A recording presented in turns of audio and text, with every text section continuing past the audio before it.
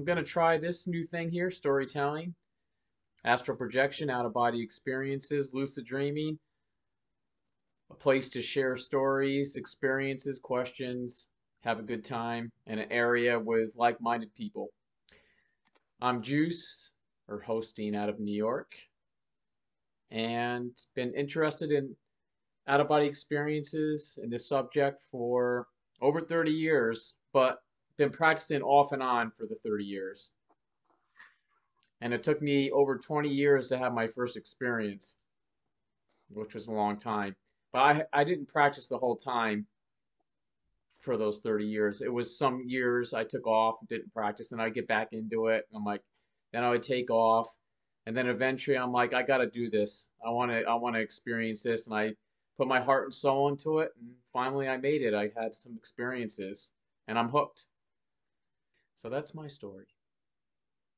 Marty, would you like to do a Well, intro? couple spontaneous experiences when I was younger, and since I've been trying to do it, I've had 4 successes, and then in the last week or two, no, I can't seem to do it anymore, but I'm still trying. It's funny how David and stuff, since this started, how David is he's having better. He's able to relax more, not be worried as much, but he's not having as many experiences. So hopefully they all come at once. Well, Marty, I'll tell you a story. I'm in it for the verification. That's where I'm at. As we talked about, I'm in it right now for locale one. Everybody's doing this for their own reasons. Mine is locale one. Mine is to get proof that I'm leaving my body in this physical world and able to perceive something outside my body. So this is what draws me the most. Yeah, I'd like to get into locale 2 and 3 eventually and go visit dead loved ones and go see the astral planes and different dimensions and stuff like that. But that's down the road. And I've been there a few times probably as a little mixture when I get out of body, but it's not strong because I don't have the intention to go to those places. I'm always trying to stay in locale one, as Robert Monroe says, which is the physical plane here. Even though there's uh, alterations and fluctuations, whatever you might call it in this world, which we talked about last time, I still enjoy it. I like the challenge of it, of being able to try to get certain things verified. So a story I have is, Stephanie and Jason that come on here. Mm-hmm. They come on. Um, I did a 10-day Vipassana. Do you ever hear of Vipassana meditation? No. It's a 10-day silent meditation where you go away for 10 days. You don't talk to anybody. You meditate at least 6 hours plus a day. You're just meditating and basically just focusing on your body. And in the beginning, you focus on your nose, and then you focus on different parts of your body, sending your attention, your awareness up and down your body. So I went to that, did a 10-day. I did it with Jason, and this was the second one I did. And I said if I had an out of body experience while I was there, I would go visit Stephanie, and she would set up a target for me at the house. So before I left on that, we had a set place where she was going to put something on like a little altar in her house. And if I got out of body, I'd be able to go over there and then see what that was. And when it was over, I'd come back and find out if it was there. So on it's a 10-day meditation. I think it was the 8th day I got out of body. And I got out of body when I went to sleep, which was usually something for me that doesn't happen like that. Usually it's during the morning I have it or afternoon. But as I went to sleep, I had the vibrations come in and I was out like that. I just went out so fast, just probably because I've been meditating so much and quieting my mind. And then some entity came over to me. I couldn't see who it was, but I detected it was a female energy. I don't know how. I felt it was female. And oh, I remember how I knew because eventually she started talking to me. And it felt like prickers, like she was prickers, like she had little sharp thorns all over her. So I felt like she pulled me out of body. I was there with her. And yeah, then she started whispering in my ear certain things. I want to show you stuff. I want to show you some things. And I felt a female presence with her, sounded like a female voice. But I told her, I said, wait, I want to go to my friend's house and try to see if I can verify a target. And she's like, well, I don't really want you to go there. I don't want you to do that. I want to show you something else. And I'm like, but please, I really want to go over there, please. If I got out of body, I told Stephanie I'd go over there and see if I can find a target that she has set up for me. And she's like, oh, okay. She sounded a little upset. And then I felt a motion. She was pulling me there, and I felt, as Robert Monroe talks about, like being pulled somewhere through darkness. And then eventually, I was at Stephanie and Jason's house, and I was in the front, and went through the door, went inside, went to the altar, the spot where she had something set up for me, and it looked a little bit different.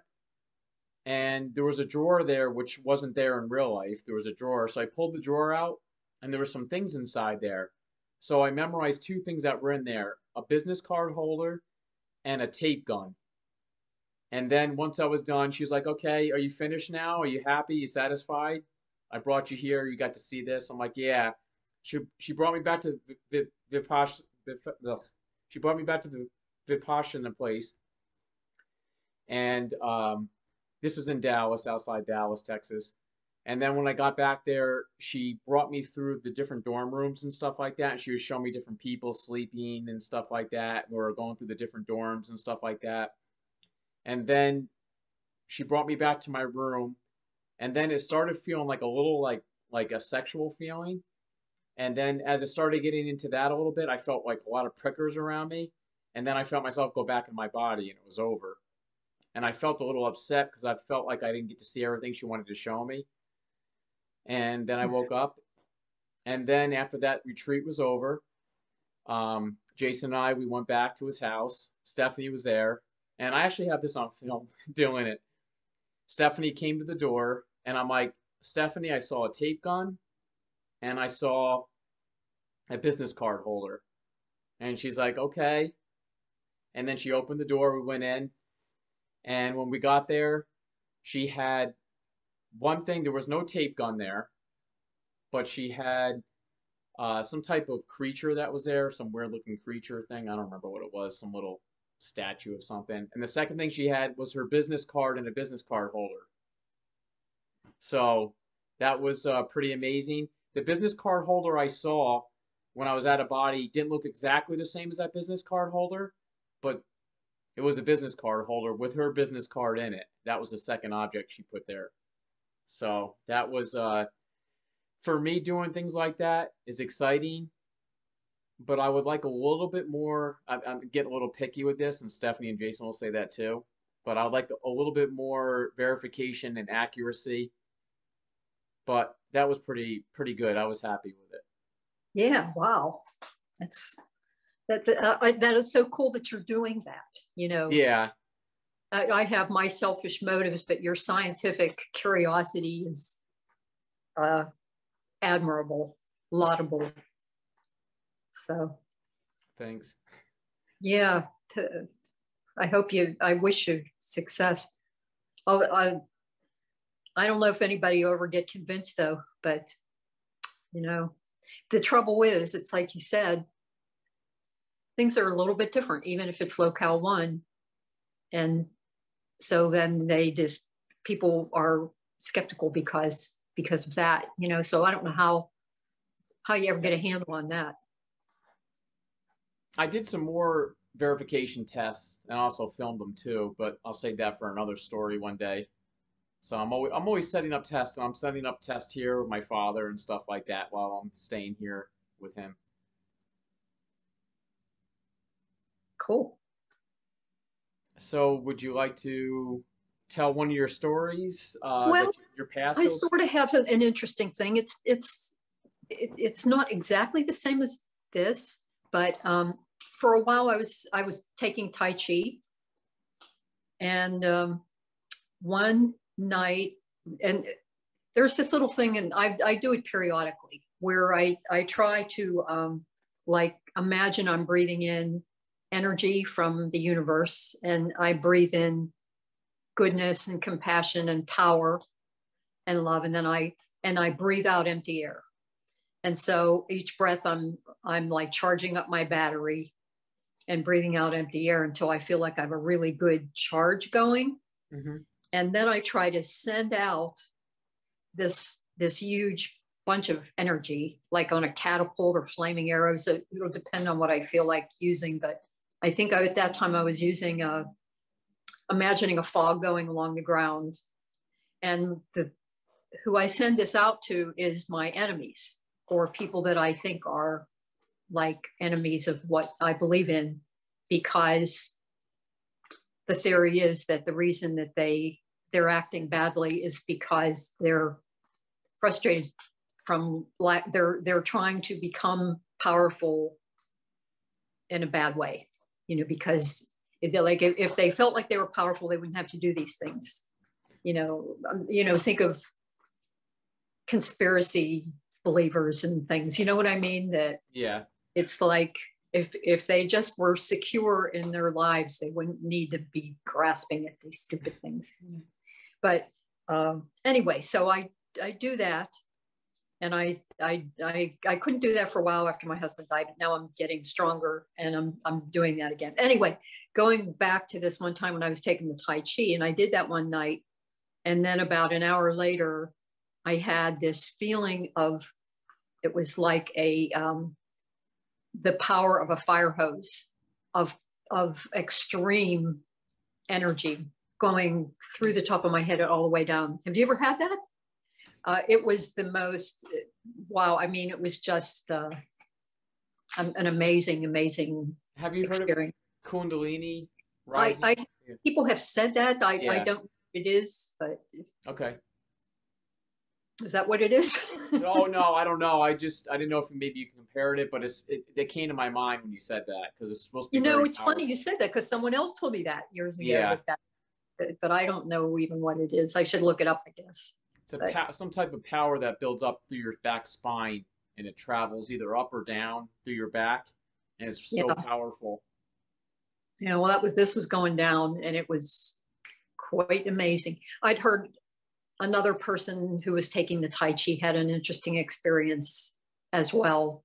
Felt like there were electric fireworks going through from his third eye going in. But anyway, so I know William Bullman recommends doing Tai Chi to help become more adept at the outer body. So I haven't been doing that, but it might not be a bad idea to, now that, we have everything in the world on YouTube, we can look up. I did a little bit the other day, and there's all kind of Tai Chi on there to follow. So yeah, and also too, it would tire you out too. The Tai Chi would make your body your body tired, your mind awake more. I notice when I do more exercises, like when I play basketball, or I do basketball a lot, tennis, I have more success with out of body experiences, because my body needs that extra sleep, but my mind wakes up earlier, especially in the morning. So, here comes Brett. So, especially in the morning, uh, it gives me that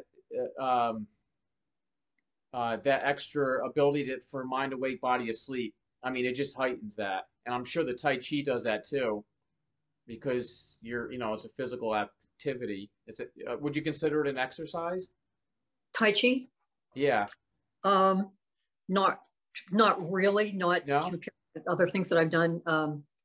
But I will say, when I was taking the Tai Chi, I never felt, maybe a little bit. There's a thing where you put your hands like this in front of you. You go like that. Hands, I forget what they call it. And I could sort of feel something when I would do that. But all the other stuff, I never felt anything. But just the other night, I put some Tai Chi on YouTube, and I actually was feeling, you do these different things, and I could actually feel stuff. So that's probably just because I've been doing all this other stuff now, I guess, I assume. Are you standing when you do it, or you're Yeah, sitting? You're Tai Chi, standing. you stand. You Yes. stand. Okay. Hmm. Yeah, I would think you might be tiring the body out a little bit more, so that might help too, along with the energy while you're sucking in the energy doing it too. Tire you out. I would think a little bit. And I do the five rights pretty much. Again, you might want to people might want to look that up. It's RITES. There's lots and lots of examples of it on YouTube, but that's supposed to make your chakras all spin together. Hmm. Um, you do, there were 5 exercises, you do 21 reps of each one, although they say not to start right off with more than like 5 at first, but depending on what kind of shape you're in, I think you could start off with a lot more, and then you like add 3 a day. But Right. it's a good little workout, the 5 rights. If you'll see if you do it. The first one is spinning. You stand Right. and spin. How long does a session last? A Tai Chi session? Would you say? Oh, a Tai Chi session? Yeah. Uh, it's kind of like yoga. It's as long as you want to do it, but Okay. for most people, probably an hour. Oh, okay. I think. Yeah. Hmm. Okay. What's up, Brett? Hey, how's it going? Sorry I'm Welcome late. back. No, no, that's okay. Would you like to do a little intro, Brett? I know. I guess we kind of all know where we are on here, except maybe Ronnie. Ronnie's been here before too. Um, you could just say if you want where you are and if you want to share something. Yeah, I'm in the Bay Area in California, and this is my second meeting. What topic were you guys discussing before we jumped Just in? open discussion about altered states Okay. or anything relating to that in a way. I told a story of one of my out of body experiences, and Marty told us about some energy she got from Tai Chi. I can share a story. I mean, I've had several outings of varying length, most of them short, except for one really long one. And I can go later if you want me to get into some of the highlights of that one, because that You might can take take, a little bit of time. yeah, that's Let's fine. hear it. We don't have that many people on, so Unless Ronnie wants to share something first. I want to hear yours. So let's see, where do I start? When I was first putting in the work every night, it took about 3 weeks or so before I started seeing results. And they'd be little things like here and there where I'd be like half out of body, or I'd go out of body and then it's like I'd try to go in the living room, but it would be a different place. Like one time I was it almost seemed like a mansion. And the color is usually the same. It's like this twilight blue hue to everything. And I was in this mansion with no exits. And I'm like, okay, what the heck am I supposed to do? Going from room to room. And it was very Victorian-esque. And I definitely could feel that I was being watched. And I was kind of irritated because I couldn't leave. Or I didn't know how to leave at the time. And I ended up just waking up. But in a big experience that I had, and all of mine have been spontaneous upon falling asleep. So this particular night, I fell asleep and just immediately somersaulted right off the bed, which was kind of funny, the perspective of it. And came to my feet and just opened my bedroom door. And instead of I think I might have gone over this a little bit last time with whoever stayed. I'm not sure, but it wasn't my living room. It opened up into a theater lobby, and I had to go through a fear test where these in this theater, there were these pillars and nobody was there. It was empty. There was a concession stand on the right. There was a popcorn machine even. And it was just red carpet and red pillars. And behind them came like classic looking demons, like red demons, just like stereotypical, very stereotypical. And they just started rushing me. And I was trying to generate something to defend myself with, like light from my hands. And it wasn't really working. It was very weak. So I had to abandon that because there was too many. And I just outstretched my arms and kind of welcomed them with just like a positive energy. and without any fear. And as soon as I did that, they all smiled and sat down where they were, just where they stood at the time. And after completing that, I wanted my guide to appear because everyone was like mentioning guides, and I'm like, well, I want to see for myself. So I told them to appear. I just said my guide will appear before me, poof, and then they did. And I didn't know what to expect at all. And just a very dapper black gentleman appeared in front of me with like a gray beard and a distinguished gray suit. And I felt like I knew him. And we hugged. We didn't say a word. And he led me through. There was a tunnel in the wall. It was black and purple, and it had a glowing aspect to it. And we walked through that, and there was a bend in it. And I've noticed this multiple times where moving between different areas or locales or layers of energy, I have no idea. I usually can't see the destination. And this was no different because I couldn't see around the bend until we walked through it, and we went around the bend and were able to see where we were going. And so it poured us out right into a bar, which I thought was hilarious at the time. And he disappeared, and I was just taking in the place, and it looked hilarious. I mean, it looked like the 80s neon colors collided with Studio 76 or something. Like I had these tiered layers with tables everywhere, and but there was like neon on the walls. There was even one part of it was like black, and it had those glowing star stickers you'd see in like kids' rooms. So I sat down at one of the tables, and there was a patron across from me enjoying a beer, and I was just laughing about this place. And I was like, wow, can you check out, like, look at this place. It looks like it's straight from the 80s. And they had like a disgruntled look on their face at me, like I just insulted their favorite bar, and they just got up and left, which was kind of funny. But yeah, I didn't notice that my guide had gone until later. He was just, I don't know if they were observing or what, but I just started wandering around, and I tested moving through walls and floating, which worked. And moving through walls, it was weird. It was like a kind of a curtain like feel, like you can feel going through it, like you're moving through something. So there's a little bit of resistance, but it wasn't that bad. And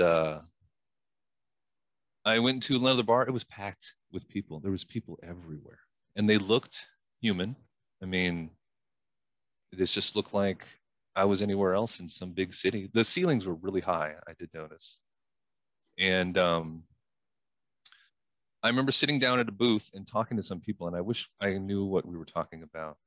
But a passerby like kind of did a double take as they were walking by, and like pointed at me and just said out loud, like, look, it's a dream walker. And then a bunch of other people turned around at different tables and got up and like surrounded me and were bombarding me with questions. And I wish I can remember. It's things like that that are hard to remember, like little details in conversation. For some reason, I forget really quickly.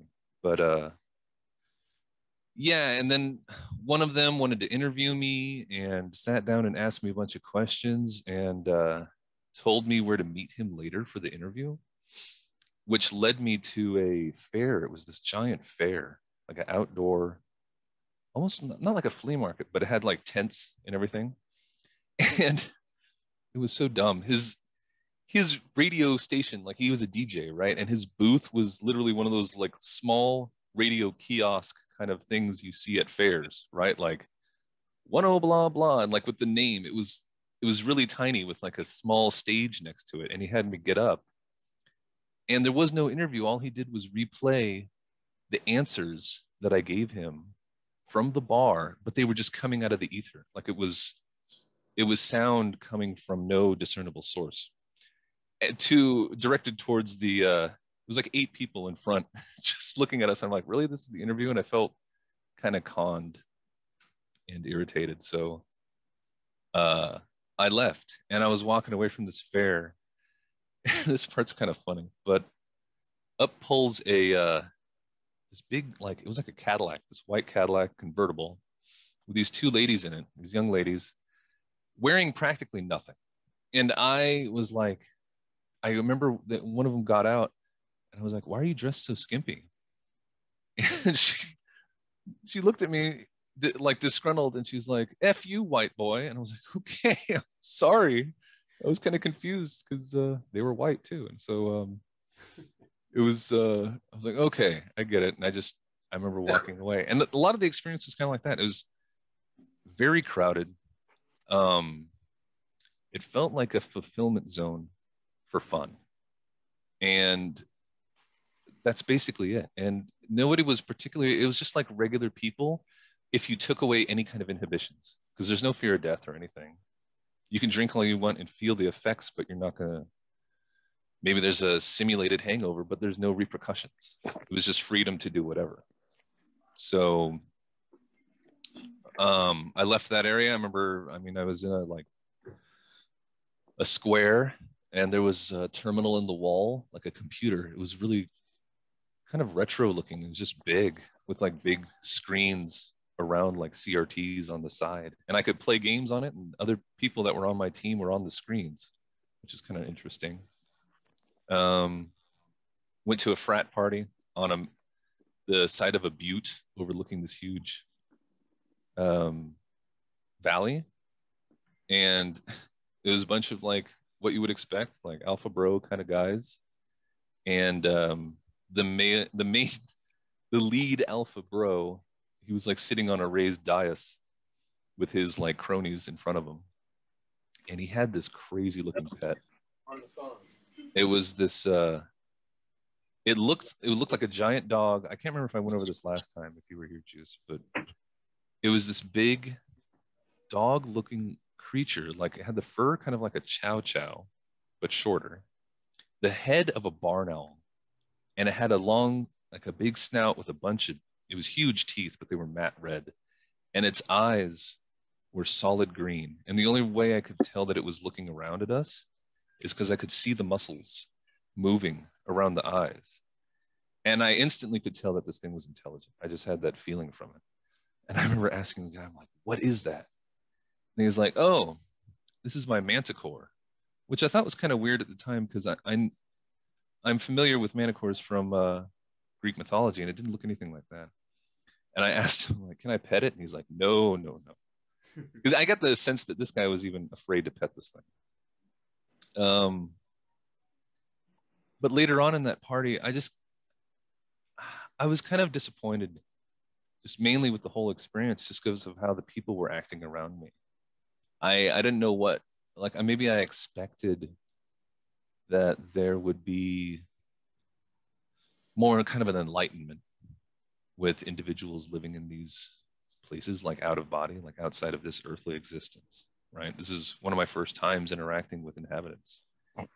And like at this party, I mean, they had that animal fight another animal, like a large cat. And I wasn't happy with the animal abuse. And even, it's going to sound weird, but like Astral police came. They had really high-tech, crazy-looking cars and tactical vests, and they looked very serious. But what was interesting is they were nicest to me out of that whole experience. They knew exactly what I was, and they took me away from the group and had me sit separately, and they were very cordial, and they were kind of breaking up the whole party, maybe because of the animal abuse or something, I don't know, but they were really kind to me, and it was just kind of a twist. But yeah, I mean, that was like a majority of the experience. One thing I did notice that was interesting and might help other people for when they have their experiences, the whole time I felt challenged. So I had, in the beginning was the fear test, and then all throughout my experience, there was regular intervals where I would hear the voice of my wife from nowhere. And she would be like, are you okay? What's happening? Like that. And so it was like a constant intervals of distraction, like something was trying to get me back into body. And I had to regularly ground myself to stay in the experience. So I had to regularly, when I started hearing that, I'd be like, clarity and awareness. And I had to really command and control my thought to not stray from what I was doing, to not go back to body and to stay there. And I had to do that like 4 times at least. But in the end, I'm walking through a field, almost like in Kansas. It was very flat. And I heard a cell phone go off. And that's what did it in the end. The cell phone went off. And then I thought of home. And I'm like, wait a minute, my cell phone's not here, but it didn't matter. As soon as I started that process, my vision started tunneling. And I woke up in bed, but it was a false awakening. I woke up and I was in bed and the room was very dark. And I can tell that there was a silhouette shape next to me, supposedly of my wife, with her voice asking me, as soon as I woke up, quote unquote, she asked me, do you want to talk about your experience? And I was just like, no, I have to get up. I have to get up. I have to write it down. And I tried to get up and it was like moving through molasses. I felt like I weighed 1,000,000 pounds and I'm just trying to move. And that effort in getting up made me really wake up in the physical to an empty bed. It was just me. Like she hadn't gone to bed yet. So she was nowhere near the room. So I don't know what was generating like that silhouette of her and the voice of her asking me questions, but she wasn't there in that sense. So I don't know if it was like a test. The whole thing was kind of a test. But it did help me realize that I feel like even after we pass, there's still growth that's necessary. We're not privy to just all the answers immediately when we pass on. There's still more to do in a sense. And you have freedom to engage in whatever you wanted to, even if something you enjoyed in the physical that you felt you didn't get to fulfill while you were alive, you can keep doing that to your heart's content over there for as long as you want. Like there's no real time frame in terms of having this much time to do X. It's like whenever you're ready, kind of thing. So yeah, that's in a gist what I saw and experienced on that particular outing. Brett, I was going to say, would you consider that an out-of-body experience or like a dream, a mix of both? No, so when I rolled out of body, I had full awareness, complete. And Okay. then right when I was making it a point to command clarity and awareness when I got out, and as soon as I did that, that level of awareness increased tenfold, at least. Okay.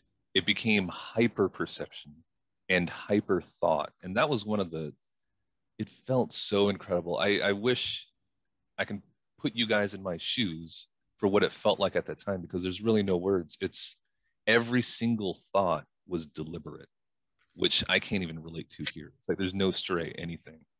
And it felt more real than this waking life at the time, which is another thing that's extremely hard to convey, you know? Right. But yeah, that was a really good one. Cool. And Brett, how long ago would you say that happened? It was several years ago. Like kind of like you, remember it during my peak was also like around 5 years ago. Yeah.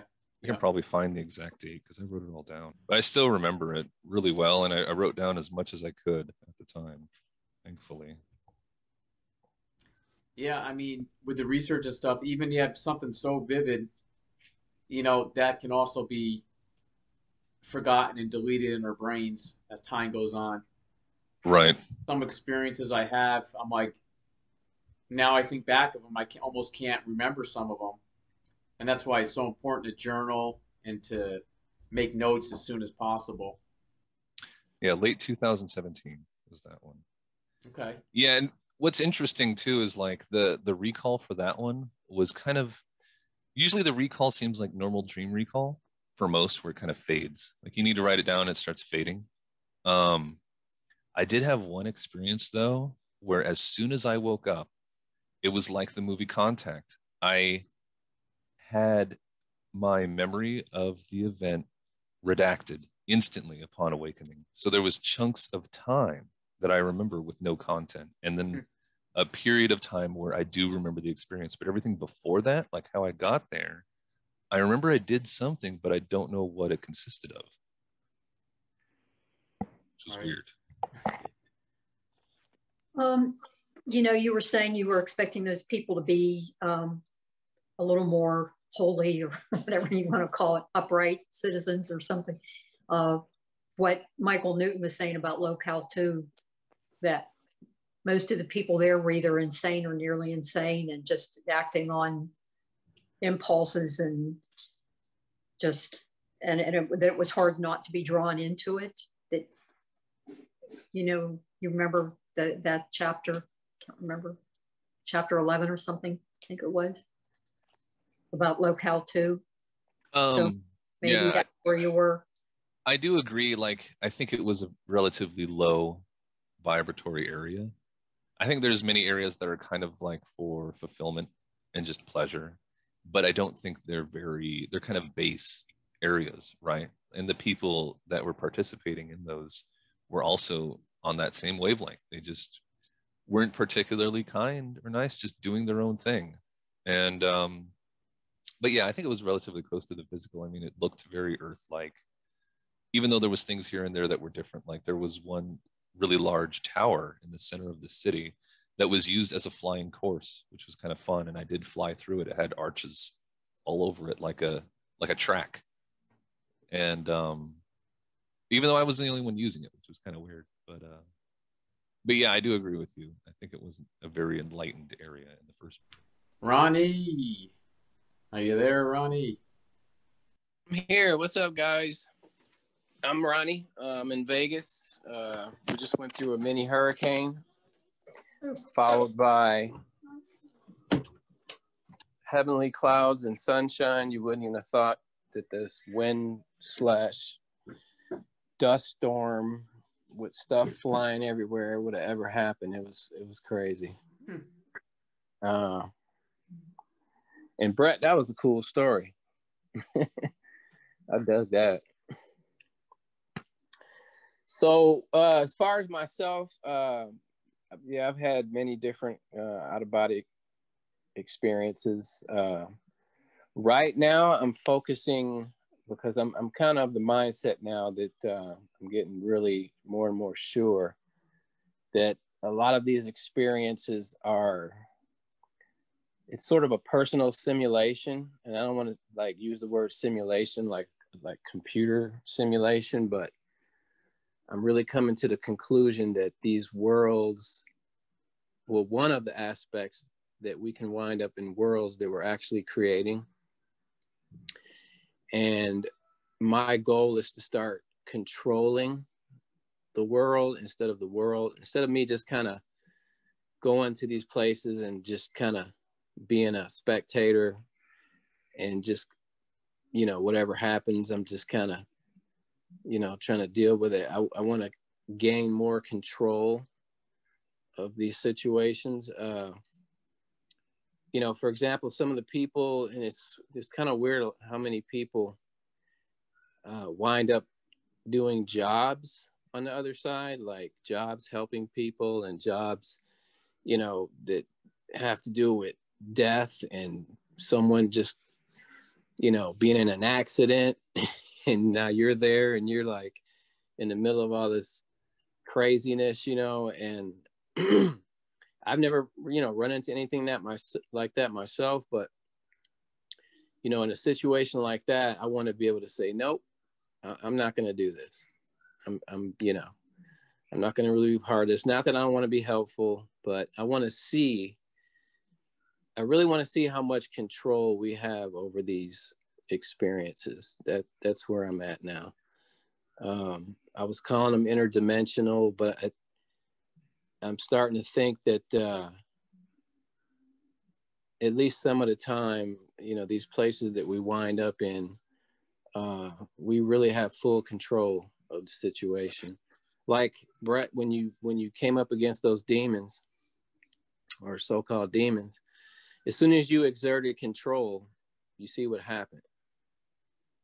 And that's just one example. I think you can go really as far as you want to, as far as the control aspect of it. So that's, you know, and then dreams, I've been really wondering about dreams, and I'm also starting to come to my own personal conclusion that dreams are just an unconscious so-called out-of-body experience, where you're just not conscious of this thing that you're doing. Like, we can go out of body and be fully conscious and know what's happening.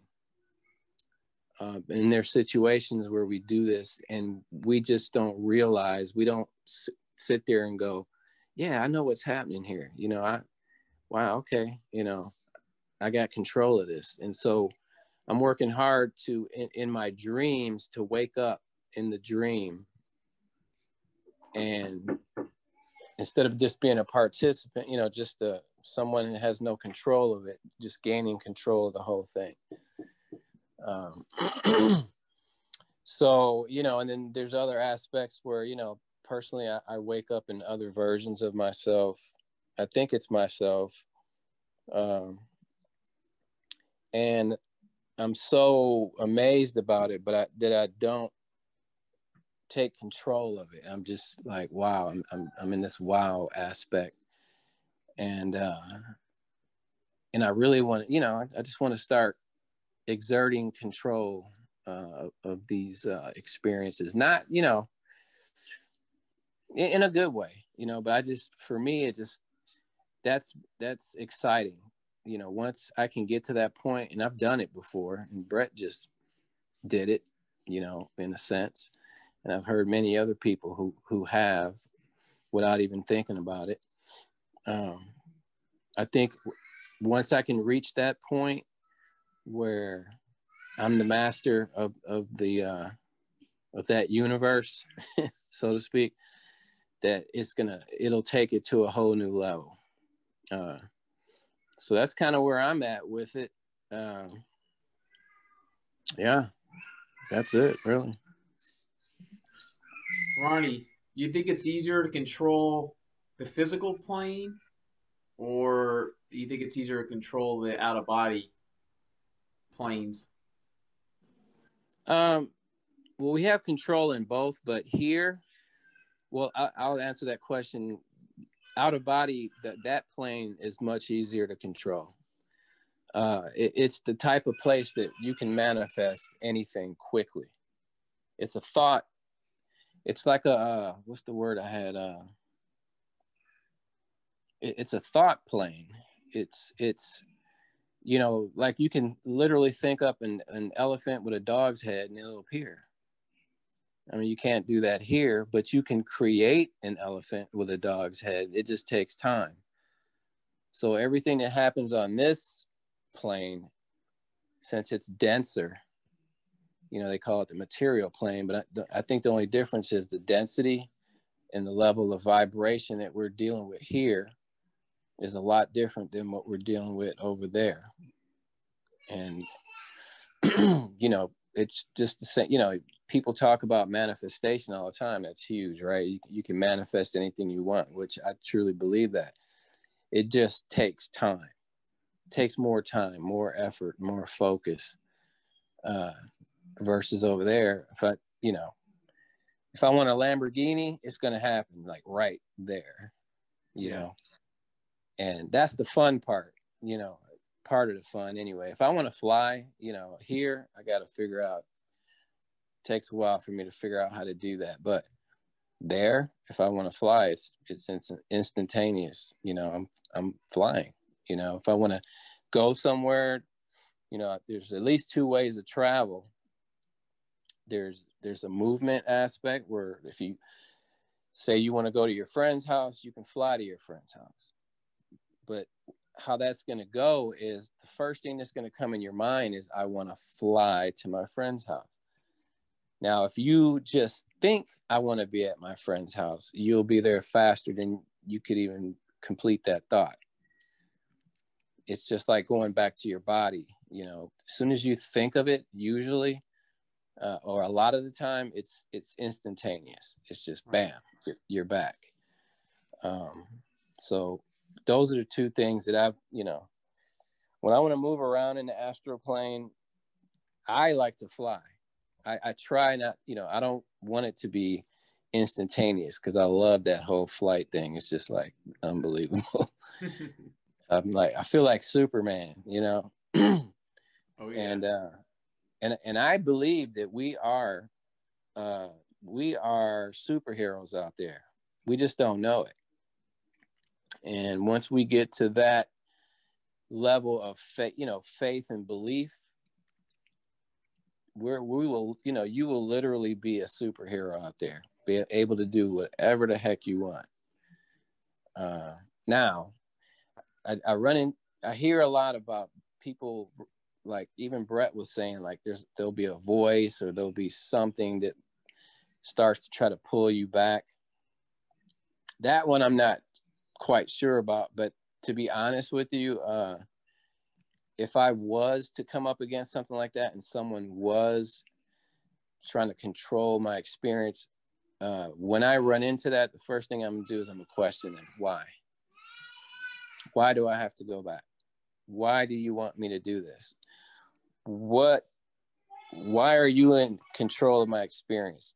Not that I won't listen to you, but I want to know why I have to listen to you, because I can go through walls, I can go through floor, I can go into the ocean, I can go into outer space, I can do what I want, yet why do I have to listen to you? So that comes back, you know, the whole control of the experience aspect. Anybody got Hope that answers your question. Yeah, did Ronnie. Anybody have any questions on Ronnie? For Ronnie?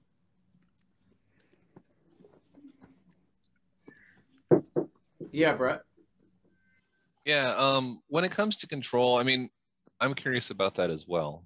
And like personally, and I agree, like I think the number one control is thought. Like definitely thought needs to be controlled. I think that's the most imperative one when you're out. Because unlike here, where I mean, we need a physical adapter, which is our body, to interact with this area. Out there, you can build just with pure thought. And the second one after thought is emotion or feeling. And I think that's a big one too. Because when I was confronted with that fear test, it was almost more emotion than thought. Because at first I experienced, it was more like an aggression, like I had to defend myself aggressively. And as soon as I stopped doing that and I felt more compassion towards them, that's when they stopped. And it's slightly different than just a thought control, because emotions can affect surroundings as well when you're out of body. When it comes to controlling that experience, I couldn't change anything where I was because there were so many people living there. There was like a consensus built up around it. It was built by that community, and me coming into that community, since I'm only there temporarily, I couldn't really change what was built or build anything that would stick unless I lived there and poured energy into it. It's kind of like when you're here and building something or developing a code, it takes time. And the more you work on it, the more complex it can be, the more solid it can be. And everyone else accepts that it's there. If you go into like an astral wilderness where there's nobody around, and I think Jürgen Ziwe talked about this. There was another author that talked about it. He's just in a wilderness, but it was very energetic energy, and he could just manipulate anything really quickly, just build whatever he wanted because nothing else was around. It was just pure a blank canvas. So I do agree that you can do a lot, but there are certain extents depending on where you are and who's around and what's already there. Because when I opened the door from my bedroom, I was expecting my living room, but it was a completely different area. And I think that area was set up for the purpose of that test. And I don't think those demons were real demons. Just because of how kind of robotic they were, it seemed like something was creating them, like they were thought forms put there to test me. So I didn't really have control over that experience. I was being shown and taken places and put through tests. And I still don't know, like, if I could have changed that or how I would have. Maybe I could have, but I was just kind of going along with it at the time to see what it was going to lead to. So I do believe there's some control that you have, but I just think it depends in general. And but I do agree about dreams, though. When you said about dreams, like unconsciously you're in the astral, I agree 100%. I think every night when we go to bed, we're out of body. It's just our rational mind isn't there. It's a connection issue. Right. We're observing. I don't know if our self, our energy body, our higher self, but we are kind of like just observing in like an actor-like state as we're doing something else. Yeah. Marty put something over here in the chat area for everybody to check out. I was wondering, Brett talked about how we come back here multiple times if we want to. I'm curious, when we die, is anybody not coming back here? Do they think they're not coming back again? Well, I've been doing tons of research on this.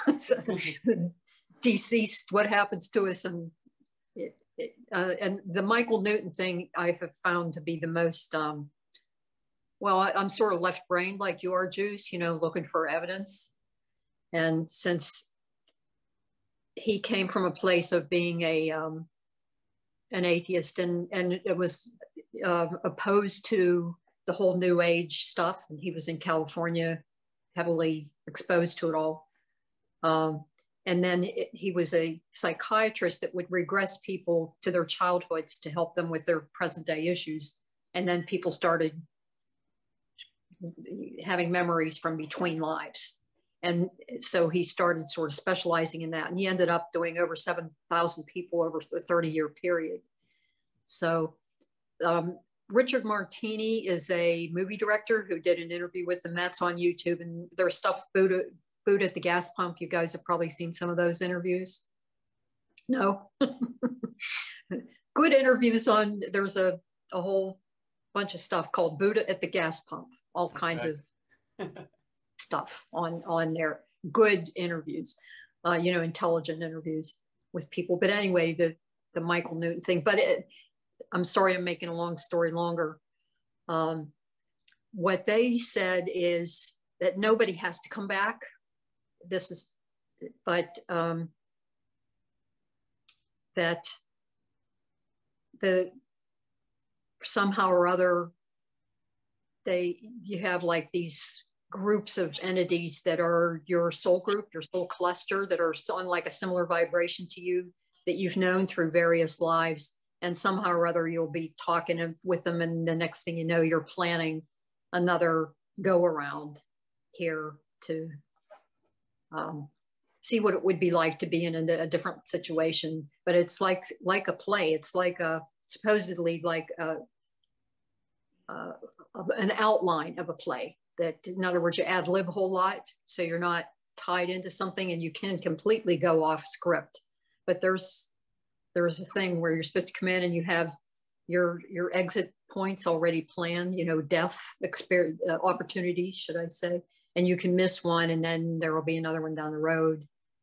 But anyway, I don't know if does that answer what your question was there, Juice, about whether you would come back or not come back. Oh, yeah. And you can also go to other planets and be other creatures.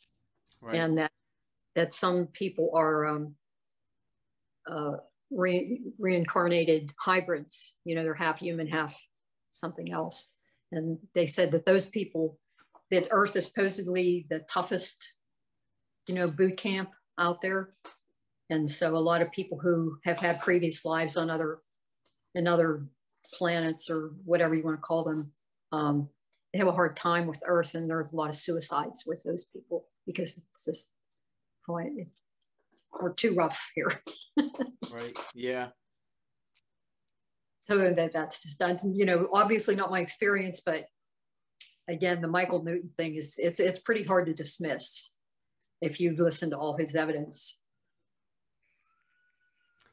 Well, we're just about to 9 o'clock. Does anybody have one last question for the night they want to bring up? Well, I'd like, to just, I'm personally a little, for myself, concerned with locking into too many different people's experiences. I think that, Michael Newton's experience is his experience, and Monroe's experience is his experience, and Tom Campbell's experience is his experience, and Ronnie's experience is Ronnie's experience. So when I go out, I don't want to focus on any, I guess the word is dogma. I don't want to be locked into that, because I feel that it will hinder what my possible experience could be. And I mean, I really feel strongly about that. Not that they don't have good information. It's great. It's awesome. But I don't want to lock into it. Because with my experience, most of the stuff I do is my own. And I really don't experience a lot of the stuff that other people do. But I noticed a lot of people are experiencing the same things. And one thing I noticed is they read a lot of the same material and listen to a lot of the same people. And they wind up having a lot of the same experiences those people do. So yeah, that's just my take on that. Yeah, I didn't read too many books in the beginning either for the same reason. Somebody else was on the other day too, said the same thing. I hear you. Yeah. It's not going to hurt, right? To try to, when you run into someone out there, question them. Right. Ask why. Why do I have to do this? What's the point? I mean, we do that here, right? Mm-hmm. So, ask the question. I mean, what are they going to do? Put you in Astral jail or something? I don't know. You might be surprised with the answer you get. They might just disappear from in front of you. Brett's got the Astro police after him, so they were nice. They were nice. I was afraid at first. I was like, "Oh God, no!" But they were nicer than everybody else. And I agree with Ronnie. I mean, there's so much info out there, right? And I don't think, like, I kind of have I don't know if it's agnostic view about the whole thing, but I don't think any one person can actually say what the heck is going on. All we can do is aggregate all these experiences and all this data and just contemplate it. But in the end, experience is the true knowing, right? The true understanding is going and experiencing it. And I think that's partly why we're here in the first place. Because, I mean, you can't really listen to somebody and gain wisdom. You can gain the most wisdom by living through it yourself. And that's why I try to just help people get out. Instead of trying to give them answers, I try to teach them to fish so they can just go out and investigate it for themselves. Perfectly said. Well, guys, 9 o'clock. Jason came on here. Hi, Jason, if you're out there. If you want to say hi.